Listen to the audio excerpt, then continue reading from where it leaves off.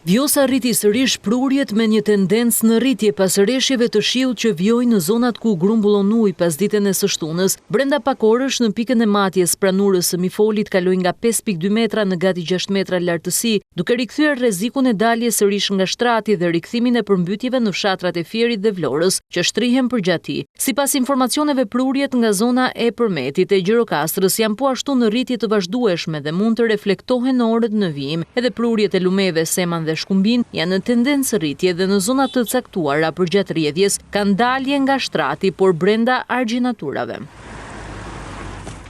Këto pamje ndërkohë tregojnë për masat e përmbytjes në Tërbuf të Divjakës.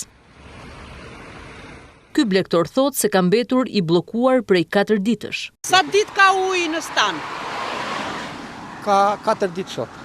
Nisja e shkarkimeve të kontrolluara nga hidrocentrali i Ulzës e Shkopetit, ndërkohë po shton prurjet në Lumet në zonën e Kurbinit e Lezhës dhe mund të ndikojë në përkeqësimin e situatës të përmbytjeve. Nga Ulza mësohet se po lëshohen rreth 400 metër kub ujë në sekond, ndërsa nga hidrocentrali i Shkopetit rreth 450 metër kub në sekond.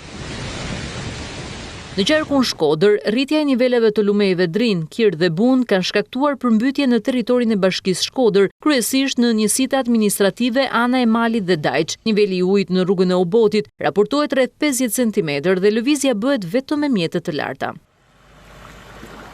Situata e përmbytjeve shënoi një përmirësim në Durrës, ku ka nisur dhe procesi i evidentimit të dëmeve. Sipas të dhënave zyrtare, deri më tani janë verifikuar gjithsej 5477 banesa, nga të cilat në 1711 raste janë konstatuar të dëmtuara. Janë evakuar 851 persona, kryesisht në zonat Sukth dhe Katundiri, ku rreth 2000 hektar tokë bujqësore janë nën prezencë uji.